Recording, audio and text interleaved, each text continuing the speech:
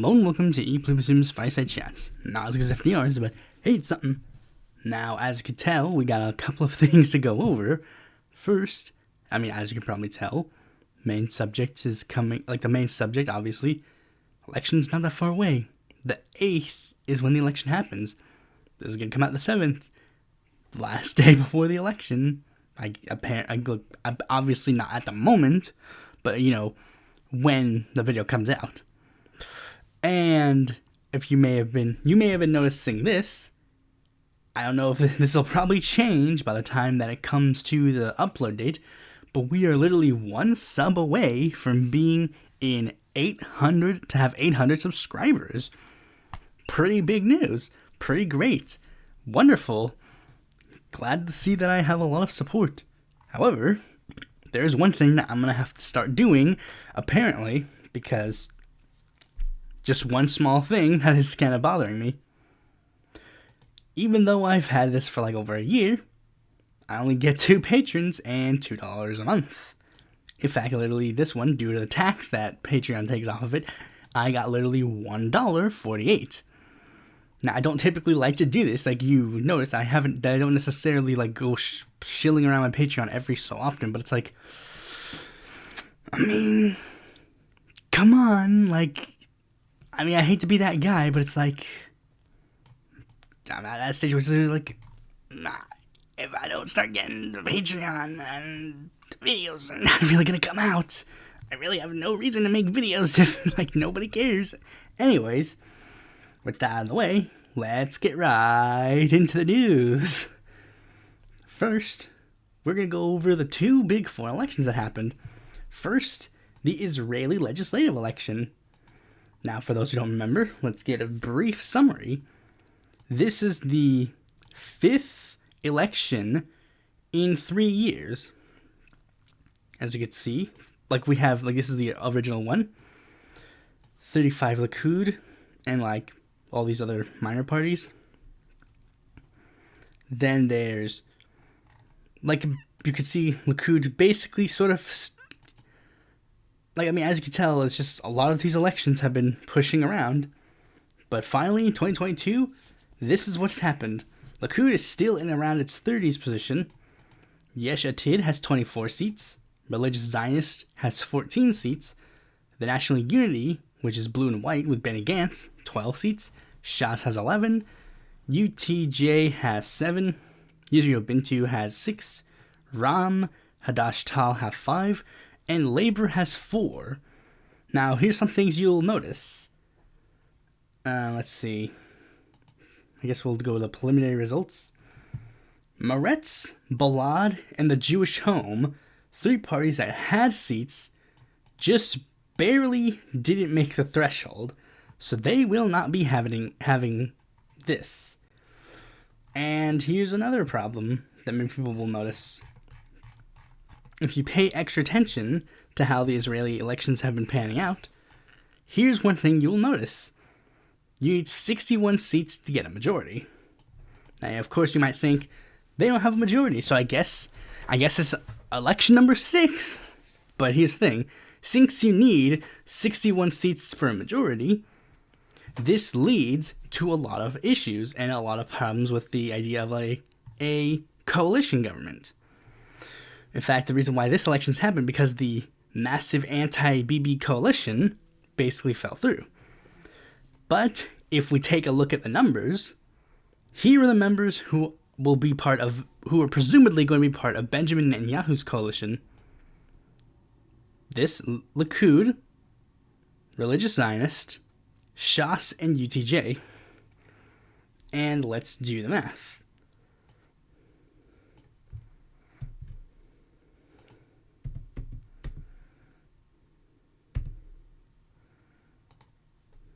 Let's do the math. 32 plus however many I put in there. That was a dumb idea. But oh well, you live and you learn.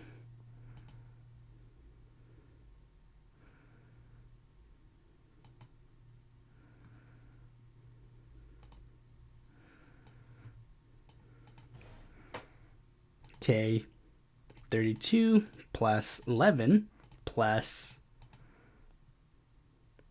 14 and 7, you get 64 seats.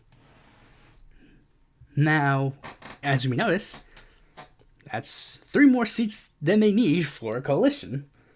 So yeah, that's the election saga for Israel is over for now. At least, presumably, presuming that coalition will form. There's potential that coalition doesn't form, like maybe Shas withholds their support or something. But the election is pretty much going to be over for that. And the worst one is the fact that due to will be the fact about the particular government that will be going in. As remember this party, the Kahanist party, like the extremely far right party? Well, this one is going to be this guy in particular is going to be heavily involved in this next government, because if it wasn't for him joining the religious Zionist party, he would, this coalition would be falling apart and there would be more elections down the line. So yeah, on the good news, the election saga for Israel's over. Bad news, it's because of the worst possible scenario. But anyway, since that election was sad, let's move on to a W. The Brazilian general election. Lula da Silva won with 50% of the vote over Jair Bolsonaro's 49%. Right off the bat, people notice that this one is a little bit closer than people originally thought. And that's a big thing. That's a big thing. And another thing you might have noticed is that this might have proven me wrong on something. I'll find the tweet that proves if I was right or wrong. Okay, let's see. Oh yeah, this is one interesting thing that I found about the election. As you can see, this is how all of the people who were Brazilian citizens voted when they lived in other countries. Now, most of this seems fine, except if you go to Venezuela, you'll notice that they voted heavily for Bolsonaro. That's weird, in my opinion, because, so, did they leave to go there in order to, it was weird. It's do they leave to go there specifically to avoid if they love Bolsonaro, why aren't they still in Brazil for Bolsonaro? And if they love leftism and went to Venezuela, then why didn't they vote for Lula? But that's weird. That's just a weird tidbit I found. But anyways, here's one small predictions that I made. I predicted certain people would go certain ways. By this time, this guy up here, Luis, didn't go to anybody.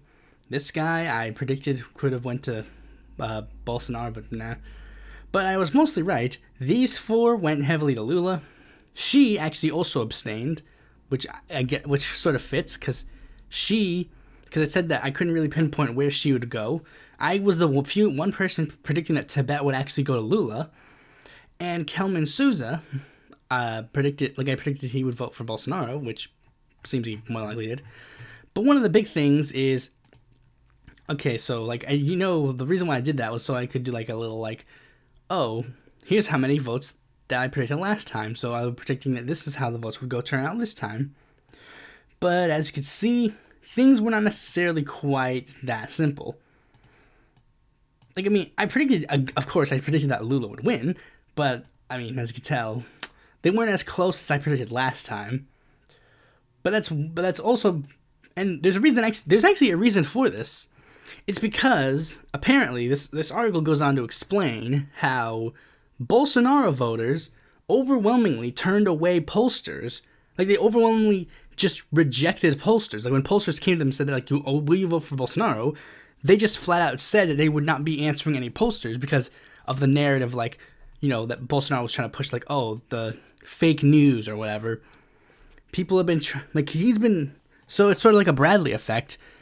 The Bolsonaro supporters intentionally, underperformed in the polls, which oversampled Lula supporters.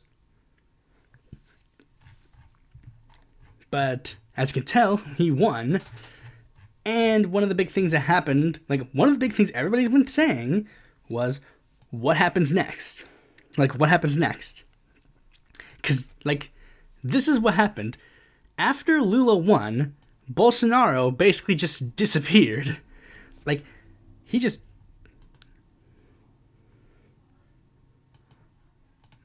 flat out disappeared. That was dumb, but that was dumb that just happened.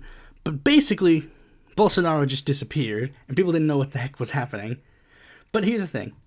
When people would ask other, like, supporters of, like, Bolsonaro, and would go around talking to, like, him, like, people who were, like, in his circle, they would overwhelmingly say that he would accept the results.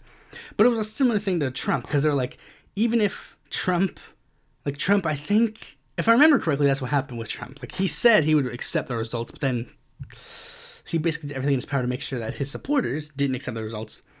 In the immediate aftermath, many of Bolsonaro's supporters were calling for him to take up arms. Like, it's time for the coup to happen. So everybody was, like, really scared. Like, is it time? Is this happening? But one other thing that ended up happening,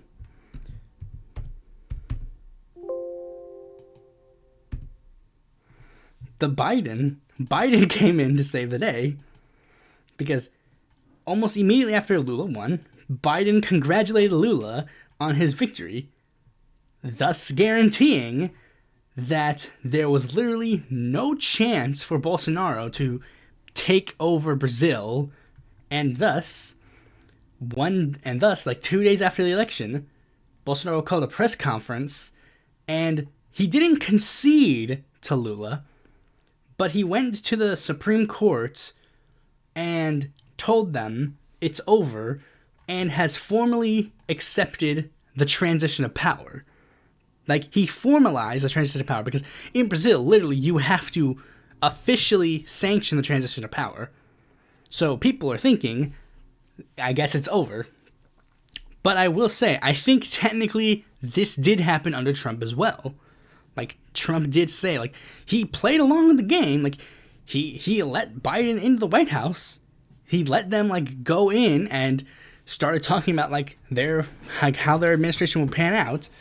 But then January 6th happened, and sure enough, that's what people thought. And I think Bolsonaro, I was worried that Bolsonaro would be a bit more brazen due to his, like, more explicitly far-right political beliefs. But it seems that Bolsonaro might actually be a lot more quiet. Like, he might literally just be gearing up for, like, a potential run in the next cycle. Like, I think that's literally what his plan is now. Because, I mean, he could be still gearing up for that coup, but he's doing it really, really quiet now, apparently. So we'll have to wait and see. Alright, next story is just some weird, interesting thing that happened. Okay, so apparently a Republican candidate created a novel about Anne Frank. Okay, so Johnny Teague, an evangelical pastor and business owner who won the Texas 7th District race, who won the district's primary election in 2020, published The Lost Diary of Anne Frank, a novel imagining the famous Jewish Holocaust victims' final days in the Auschwitz and Bergen-Belsen concentration camps, as she might have written them in her diary. The kicker, in Teague's telling, Frank seems to embrace Christianity just before she is murdered by the Nazis. Published by Las Vegas-based publisher Hysteria Books, the speculative book attempts to faithfully extend the writings of Anne Frank's original diary entries into her experiences in the camps. It picks up where her original journey left off, according to the promotional summary. Teague claims to have interviewed Holocaust survivors and visited the Anne Frank house, multiple concentration camps, and major Holocaust museums in Washington, D.C. and Israel as part of his research. I would love to learn more about Jesus and all he faced in his dear life as a Jewish teacher, Teague's Anne Frank character muses at one point, saying that her dad has tried to get a copy of the New Testament. Anne's father, Otto Frank, who in real life did survive the Holocaust, seems to have been spared a tragic fate in Teague's telling because of his interest in learning about This dude literally wrote a fan fiction about Anne Frank finding Jesus. This is literally just so bad. it's even worse than the fact that the guy who wrote The Boy in the Striped Pajamas literally made a sequel of it recently. I'm not kidding, that happened too. But, like, this is, like, 10 times more bad because, like, at least The Boy in the Striped Pajamas was a fictional story. This, like, people got mad at the literal, like, there's apparently an Anne Frank Dragon Ball Z crossover fan fiction. Like, this is literally on that level. There's not much else I can really say. I just found this story funny. But, and also, when we get to talking about the House races, I think I'm going to show you, like, his district, because I think his district is, like, one of the, like, areas in Texas that is deep blue, if I remember correctly. I think so, yeah. But anyways, the next story that I found interesting is just this. This is just shows you sort of how, I think this might actually show how people are fearful of how dire the situation has become. Ralph Nader, vote blue now. When Ralph Nader appeared on Democracy Now! Last week, a key moment came as he responded to a final question from host Amy Goodman. You have campaigned as an independent and a green throughout your political life. You ran for president 4 times. Why now throw in your lot with the Democrats? Well, this is clearly the most dangerous political movement since the Civil War, the GOP under the corporate fascist Trump's thumb. He's spread a whole breed of many Trumpsters who are getting far too much publicity compared to their opponents.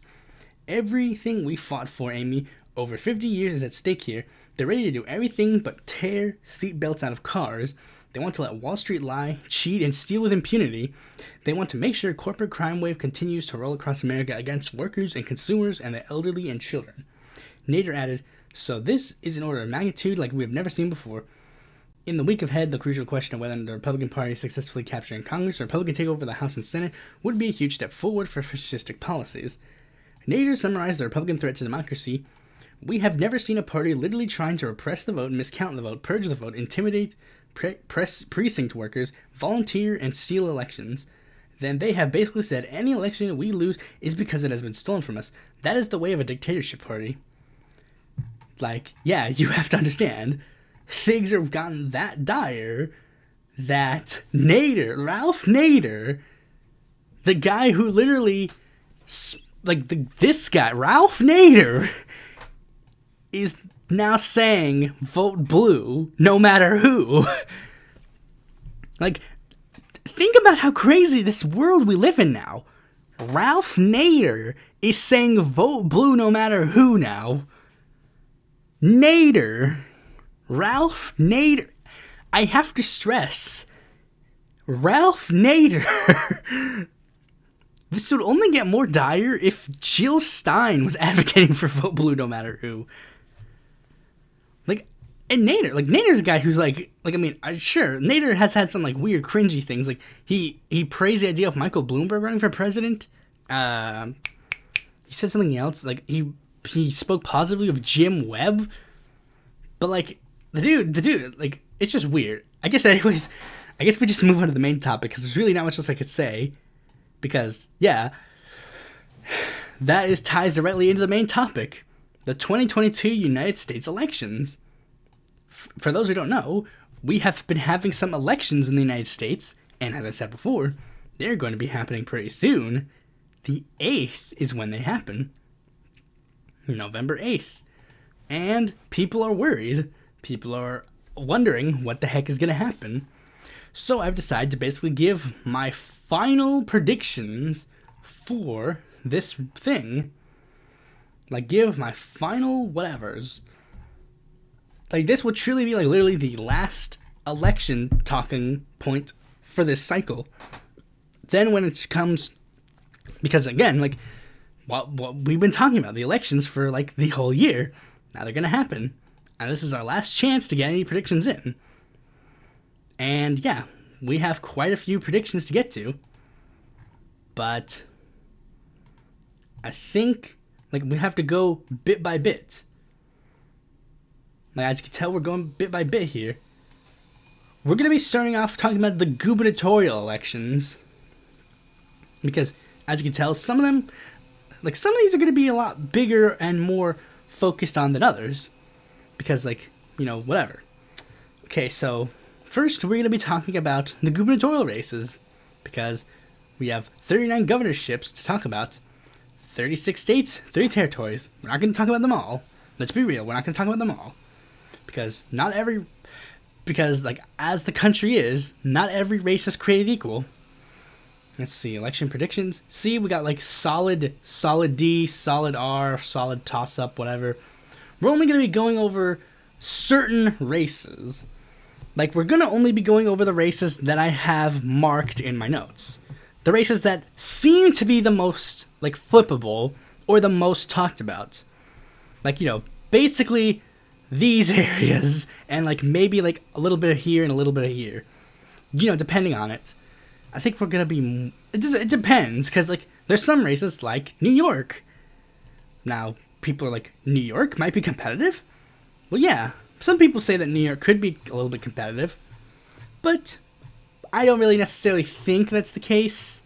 But people are worried that New York could be competitive because apparently Lee Zeldin, the Republican in the race, has been, like, putting, like, some things to worry some people.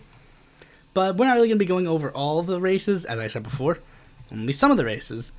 And we're going to be using these charts to talk about the races. And yes, I actually did make these charts.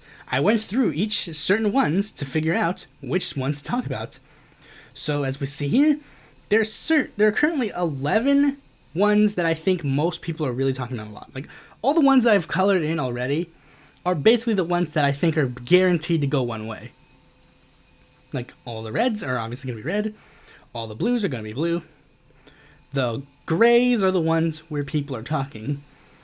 But now just because they're talking about them doesn't mean that I think they're really going to be going through a lot. Like, there's some that there are some that people are talking about, but that doesn't mean they're going to flip. And you might be noticing some that are not colored in that are in this sort of category. But we're going to be going over them anyways, because I think it is worthy to talk about them. So first, the Florida gubernatorial race. Now, this is one that is sort of on paper competitive. Like, it is the former GOP governor versus the current GOP governor. And people are like, a lot of people, Ron DeSantis has sort of become like a new Trump figure in the sense that he's extremely hated by Democrats. So people are like, maybe this is the chance we've been looking for to get rid of him. And, they did all the usual spiel to get rid of him. But as you can see, the polls have not really been in Chris' favor. It's been in his favor very early on, but as the race has continued, he has not really been doing so hot. And the reason why is because Chris is really just a terrible candidate. Like, let's take a look at Chris' record. Okay, Charlie Crist, let's see. Is the electoral history here? Okay. So, Republican primary for Florida Senate. He lost in 1998. Okay. 2000, Education Commissioner. Okay, Attorney General, he won. He won the gubernatorial election. Okay, but he lost the 2010 Senate election. And then he lost the 2014 gubernatorial election. The dude has not won a statewide race in a while. So this is pretty much a done deal red. Which, again, as you can tell, Republicans already have a little bit of advantage going in because 21-18, that's a problem. And you're going to be seeing a little bit of that going forward, just to be clear. Alright, anyways, next one we'll be talking about Minnesota. The Minnesota Senate race, not the Senate. You know what I mean? Minnesota. I would have put all the tabs up there, but honestly, I don't want to. That would be too much for the taskbar. I'm not one of those people who have like 10,000 page taskbars. Alright, so as you can see, this one is sort of the bland white men race. It currently has a Democratic incumbent, Tim Walz. And, let's see. But here's the thing. Prediction-wise, it seems like he's staying in. Like, this is a +1 area. But it's like, on paper, again, it's competitive. But in practice, it seems to be less competitive. Walls is definitely going in with a very good chance of winning. So, we're going to have to give this one to him. Now, before you say, are all these ones like this? Not necessarily. You will get into the more competitive ones soon. We'll start off with the most competitive, well, the least competitive, and then we'll make our way to the most competitive. And I guess I should say, like, what am I basing this on? I'm basing this on both polling, approval rating, and prediction-wise. Like, sometimes you'll see me skew one way and not the other, whatever. But again, this is just how things, this is just basically my predictions, how I think it's going to go. Now, next, Texas gubernatorial race. As you can see, the only reason this is competitive is because of two things. One, Robert Francis O'Rourke has been making his way back in the scene, and Robert Francis O'Rourke is known for being sort of like in this sort of like fake, like he's been sort of in this trend of making Texas more competitive. And Texas has just generally started shifting blue. So many people think, oh, this could be our chance. Historical precedent is obviously not in his favor. And sadly, neither is polling. O'Rourke is really not doing so hot. I think this is the only one where he did good. And I think, I can't verify. I'm not going to verify right now. Because I don't think it's really worth verifying. But I think this might have only been because of the Uvalde shooting. Was that long ago? No, I don't think it was that long ago. So I think I'm overestimating. But that's it. Like, basically, Texas could be competitive one day, but that day is not today. So stay in red. Okay, so the next one is our good old boys in Georgia. Now, Georgia, here's one thing that's interesting about Georgia. This is, of course, a rematch from the 2018 election. And this one was really close. People were thinking that this is actually closer than probably it should have been. So many people were wondering, could this race be more competitive? Especially since Stacey Abrams has sort of pushed people into running in a more, like she's been pushing for like massive voter turnout in her state. Which many people argue is what led to Joe Biden winning the state in 2020. Maybe, but here's the thing. I think maybe if it was anybody else, then maybe. But Stacey Abrams, in my opinion, has kind of wasted a lot of her political capital.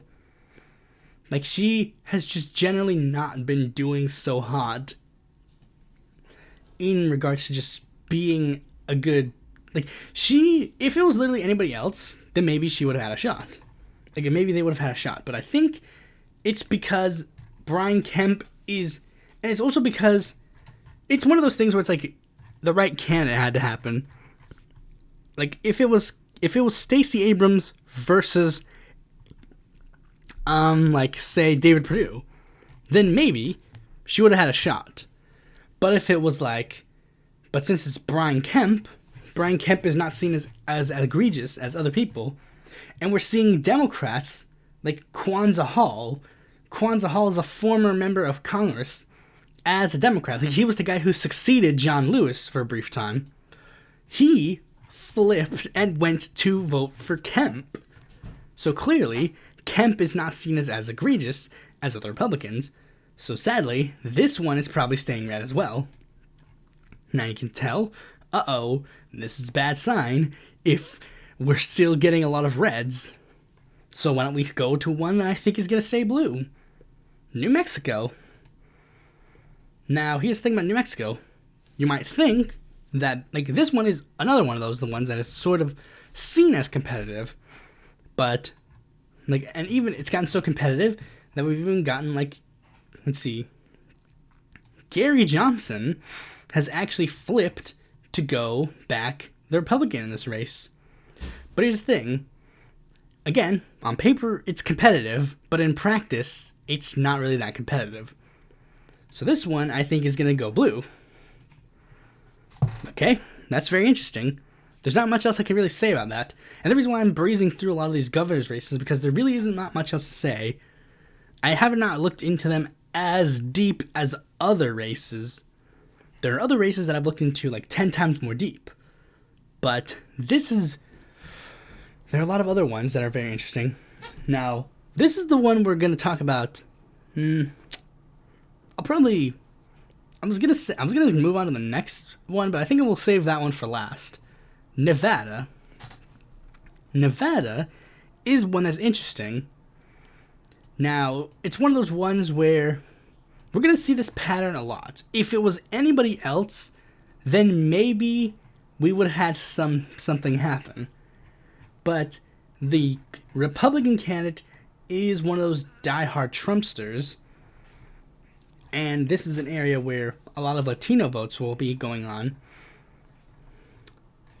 So, like as you can see, this one's a bit like ranked heavily as a toss-up. And even polling-wise, the Republican here has been doing a lot of good. But here's the thing. I've actually looked into the approval ratings of the Democratic governor, Steve Sisolak. And his approval ratings have actually not been that bad. Like, I mean, they're not the best, but they're not that bad either.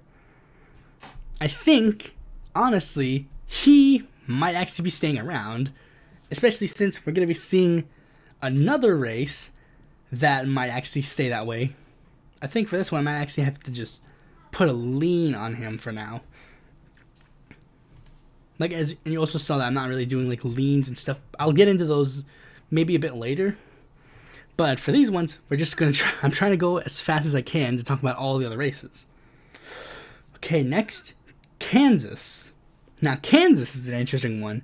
This is a state that seems to be very deep red, but is currently governed by a Democrat, Laura Kelly. Now, Kelly is like one of those like sort of conservative Democrats, but like not that conservative. And this one is also seen as a toss-up because of that. And lean D. But as you can see, polling-wise, she's been doing fine. And the reason why I'm going to say that it stays her is because of that recent abortion referendum that happened in Kansas. It's one of those ones where it's like, row, row, row your vote. So, as you can see, we're getting a lot of good news for Democrats now. How long will that last? Let's move on to Wisconsin and see how much that lasts. Wisconsin. It's the last governor's race. Wisconsin, Tony Evers won a very slim margin against incumbent Republican Governor Scott Walker, and many people were like celebrating because Scott Walker turned this extremely left-wing state into an incredibly right-wing state. So many people are happy that Evers won and are thinking that Evers might actually have a good shot of winning again. And, people are happy. But as you can see, toss up. And poll-wise, the Republican has been doing fine. And I'm wondering, but wasn't this a very similar scenario to what happened like with some of these other races? And you still went with the Democrat? Well, this one I'm actually going to be a little bit hesitant. Because I remember I read an article that explained that the situation Evers is in now, the one where it's because Evers, he's not really that popular. Evers is really just not that popular. He really just isn't. And the same situation that caused him to beat Scott Walker is the same situation that he sees himself in right now. I don't necessarily know if it'll be Republican or Democrat. I might leave this one as a toss-up, but I don't necessarily know if it will be Republican or Democrat. I'll leave it as a toss-up at the time being, but we'll just have to wait and see. I might come back to it at the end to give like a final one. No, I'll just put it currently as like a lean Republican. Just so we can get back to it at one point. Next one is Oklahoma. Now, that one, you'll be wondering, Oklahoma? What? But here's the thing. In Oklahoma, the race, like, you might see, currently it says likely R, lean R, or whatever, but it says right here, a toss-up. And as the race has gone on, you'll notice that the Democratic candidate, Joy Hofsmetter, has actually been doing somewhat well. And this is another one of those. I'll just have to flat out leave this as a toss-up. I'll put Wisconsin as like a lean R, but I have to literally leave Oklahoma as a toss-up. Because I don't know what to believe anymore for Oklahoma. Alright, now I guess I'll just talk about this one next, because this is the one that has many people the most worried. But, no, that's the House, not that. Okay, so I'll open this one now, and then I'll talk about this one in a bit. First, Arizona. This is the one where most people are really scared, because this is one of those heavy stop the steal areas. And let's just look at the polling. Let's look at the polling. Like, toss up, and lean R. But there's also, like, poll-wise, Kari Lake is doing really, really well. And this is one where I truly have to be a bit more hesitant. Like with the ones that I said before, I've tried to keep in mind, like, they're, like, a bit closer. But I don't necessarily know about this one. I might have to leave this one as a toss-up as well, but I'll put it as, like, a lean R for now. Alright, so I guess the last one we gotta talk about, one that people have been trying to get me to talk about for a long time, the Oregon gubernatorial race. Now, for those who don't remember why people want me to talk about it, it's pretty obvious looking into it. There are three major candidates in this race. Tina Kotek, a somewhat center-left Democrat, Christina Dranza, I think a pretty right-wing Republican, and a center-right-ish independent named Betsy Johnson. And basically, like, what Johnson's story is that she used to be a former Democrat, but then she left for the Democratic Party to run as an independent in this race. And she's basically trying to position herself as, like, sort of the Andrew Yang of this race. I'm not left, I'm not right, I'm not forward, I'm forward. And as you can tell, many people have been crying foul that this might lead to a spoiler effect in the race. And people have been saying, some of these results do make people question. You know me, I'm not really a spoiler effect kind of guy, but it's like, look, people are worried. As you can see, this race has gotten a little bit more stagnant now. But I think, honestly, I just have to leave it as a toss-up. I really don't know. So yeah, this is basically the gubernatorial map that I have right now. You know what? Just to be fair, I'll give it like a slight D here and maybe a slight R here.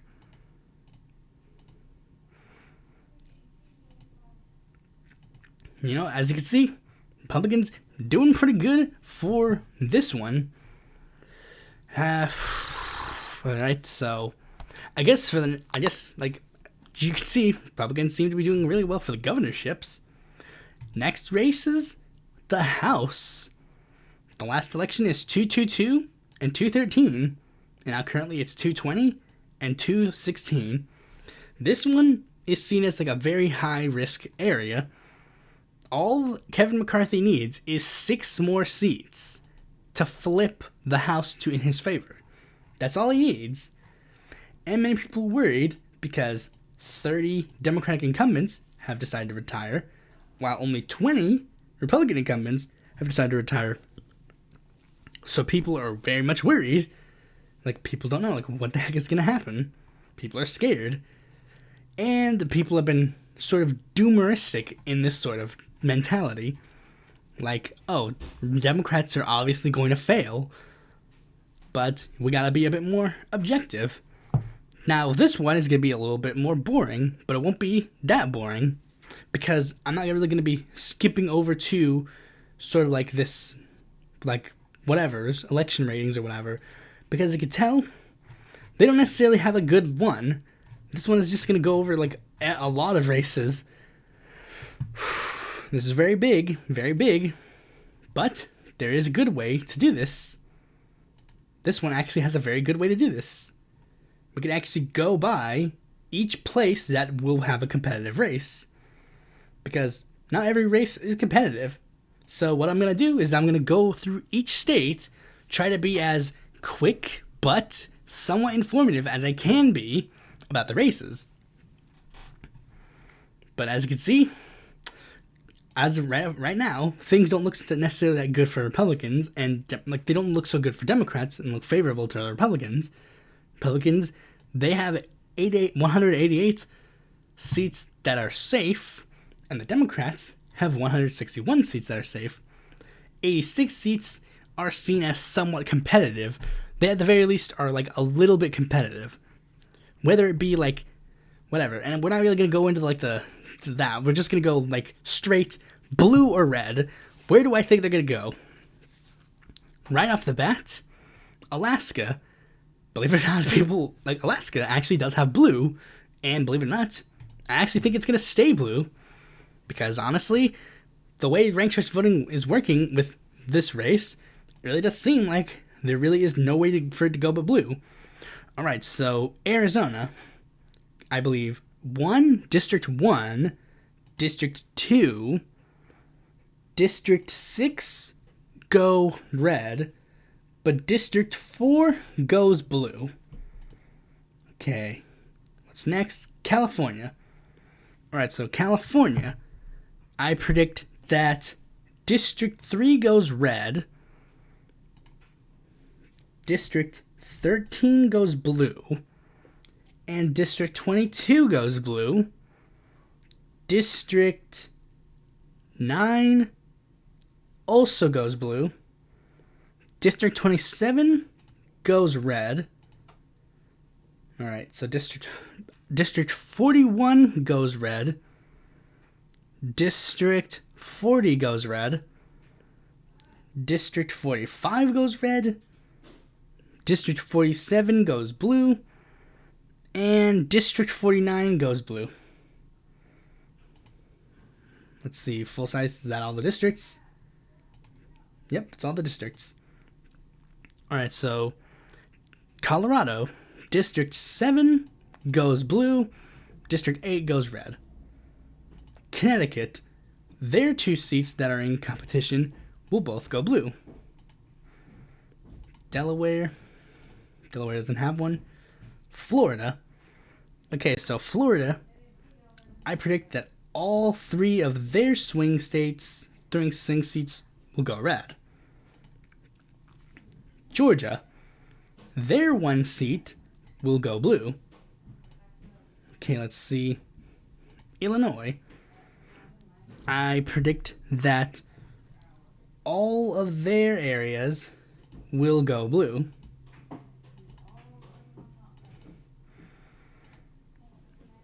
Indiana, I think that their one seat goes blue. Iowa, their three areas go red.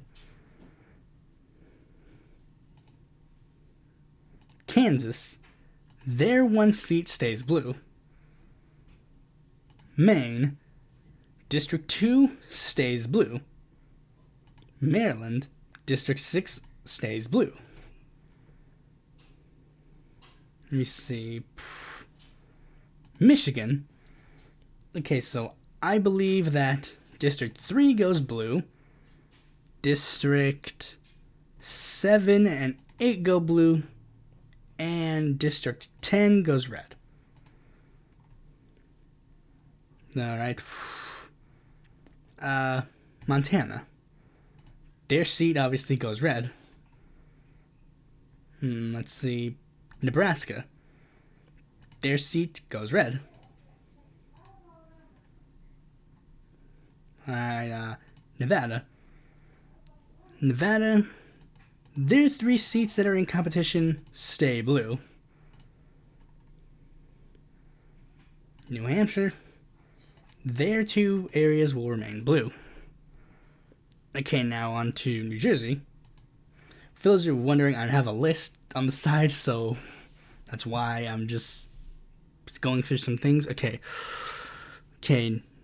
District 5 goes blue. District 3 goes blue. And District 7 goes red. New Mexico. Okay, let's see. District 3 goes blue, and District 2 stays red. New York. Okay, let's see. District 22 goes... Honestly, I'll get back to District 22. District 19 goes blue. District 18 goes blue. District 17 goes blue. District 1 goes red. District 2 goes red. District 3 goes blue. And District 4 goes blue. That all of them? Oh, and District 11 goes red. Okay, that all of them? We'll get back to... I'm leaving this blank for now. We'll get back to it. North Carolina. District 1 goes blue. District 6 goes blue. We'll come back to this. Let me see. Ohio. Ohio District 9 goes blue. And the other two go red. Oregon. Their 3 seats in competition go blue. Pennsylvania. Okay. District 2 goes blue. District 7, 8, and 17 go red. Let me see, Rhode Island. District 2 goes blue. District, let me see, what's next? Tennessee. District 5 goes red.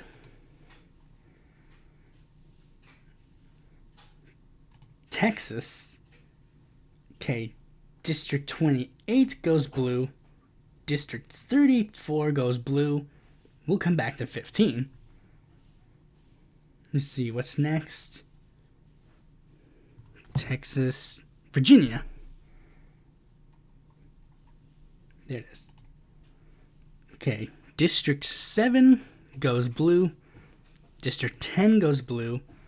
And District 2 goes red. And now Washington.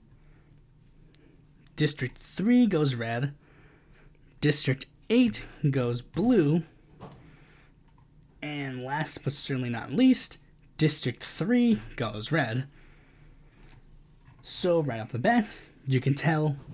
Wait, 5? Did I miss... I guess I missed a couple. So I guess I'm going to have to go back and do the whole spiel all over again. Oh wait, Minnesota. I forgot Minnesota. Man, that's ridiculous. Minnesota. 2 goes blue, 1 goes red. So yeah, at this point now I only have 2 left. Hopefully. No, 3. 3 left. So as you can tell, I currently have 3 seats up for grabs. But as you can tell, those 3 seats, it does not necessarily matter where they go. Because right off the bat, you can tell Republicans, very easy to take a slim margin. And the only reason why I haven't necessarily given certain ones is because of, like, biases. In District 13, I'm backing Wiley Nickel. In District 15, I'm backing Michelle Vallejo. And in District 22, I'm not backing anybody. So I guess I'll have to be just slightly fair in recent polling. But recent polling has shown that this is like a bit more competitive. But for the sake of personal whatevers, I'll just say this one goes red. This one goes blue. And lastly, this one also goes blue. So as you can tell, basically I'm predicting just a flip in the 2 chambers. 222 Republicans and 213 Democrats. There's really not much else for me to say in that regard. So, lastly, we'll of course get to talk about the Senate, as the Senate has many people wondering, again, what will happen. Of course, many people are still very much curious as to what the heck will happen in this whatevers. And here are the ones that I predict are going to be somewhat competitive. It's been lowered to basically 8 and even some of them I still do believe is just generally whatever. Okay, so first we're going to start off with our good old state of North Carolina, because why not? Now, North Carolina, people keep making like a bunch of like news articles like Sherry Beasley, whatever, Sherry Beasley, Sherry Beasley, Sherry Beasley. But when you look at just the actual whatevers of the race, Beasley is getting wiped. And honestly, I really don't see any other scenario. I do believe that she's just generally going to be wiped in this race. Okay, and I think a similar situation can be plagued on the next one, New Hampshire. This is one of those ones that I mentioned very early on. Ones that I mentioned with this gubernatorial one. Like, on paper, it's competitive, but in practice, it's not. So, this one is just very much safe blue. And, Nevada. Now, the Nevada race here is actually what made me reconsider my Nevada district thing there. Because I predicted that the Nevada would actually flip red. But I was looking at this one, and I truly do think that this one is sort of like more of an at-stakes thing for the Latino population. Like, again, if it was any other candidate, then maybe this would not be going red. Like, this would be going red. But since it is a Trumpster in the race, then I very much think that it will probably be saying blue. Okay, let's see. Next one is Nevada. The next one is Georgia. Georgia is one that has also been very much a contentious race. Especially considering all of the debacles surrounding Herschel Walker. So many people are wondering, will this flip? Is this a flippable seat for the Republicans? On paper, it's very competitive. In practice, it's also pretty competitive. But this is one thing I'm going to have to say. I really don't think that Raphael Warnock has done too much to warrant replacing him. Like, sure, you can make the argument that people who are, more likely to... people are trying to judge him based on the current administration, but I really don't think Raphael Warnock really has that much to be said about, I think Raphael Warnock really would pull this off very easily. Again, if it was literally any other Republican, then maybe. And I won't even waste the time and say this is pretty much the same thing I'm going to say about Arizona. I don't think enough time has passed to actually warrant them actually going and, completely changing their field. Now, be that as it may, now we're getting into the 3 big ones. I might as well make all of these ones very, talked about. Might as well make all of these ones, different whatever. Different windows, different tabs, because these are the 3 seats that many people are worried. It's not even necessarily that they're worried. It's that people are wondering what's going to happen. So first we'll start off with Ohio, because Ohio is actually a very interesting one for me. Because, as you've noticed, historical precedent has been saying that this is Lindar, but I've actually been saying that this might actually be a good chance for Ryan to flip blue. But as the race has continued, Vance has sort of pulled on the charm. He's pulled up and he's basically, done whatever. And this is one that might have a very slight tilt to the Republicans, but it also has a slight chance to be slightly favorable to the Democrats. So I'll actually just leave this one perfectly blank. This one is a toss-up. I really could see this going one way or the other.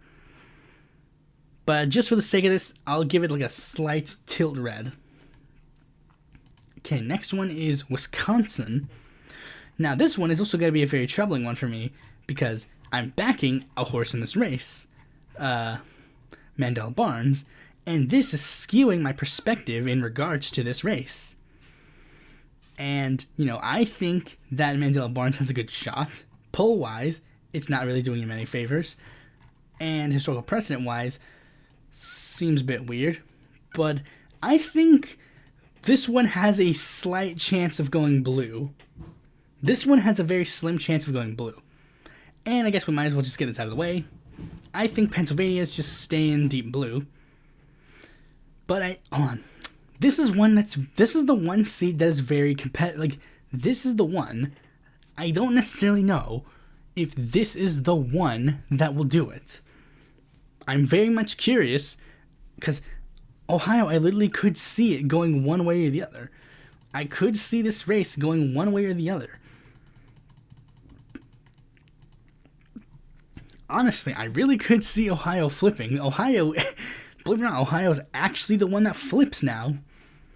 Ohio could actually be the one that chooses how this goes. But just for the sake of this, I'll just say it goes red. Let's just say historical precedent wins. I think that this is probably going to be the breakdown of the Senate. So it's going to be like a slim lead for the Democrats. So as you can see, overall, Republicans do pretty good that night. But they won't necessarily have the biggest wins of the night due to this. Best case scenario for Democrats is this. But here's one problem. The worst case scenario for Democrats is this. This is the worst case scenario for Democrats going forward. The Republicans having a slim lead over them.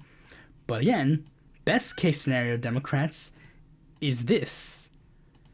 Notice how I didn't even touch New Hampshire, because really, I don't think that is the best. The most likely scenario might be this. Or maybe even this. It could be literally one of those ones where, like, Fetterman is literally, like, I've said this a million times during the whole race, Fetterman is the one who will save the day. But I will be realistic and say that Fetterman, he didn't have, like, as big of a shot as I thought he would. But honestly, I do think that he will be doing good. Anyways, that's pretty much all I have to say on that. I think that this is basically going to be how the country looks going into the next cycle. And as you can tell, Democrats are going to be looking into some of these seats for potential flips. And, well, we'll see how that pans out. Thanks for watching this video. Be sure to like, comment, subscribe, and click the bell to be notified when a future video of mine comes out. And if you need more content from me, you can go to my website, follow me on Twitter, join my Discord, check my articles on independent political report, or, very much, consider supporting me on Patreon.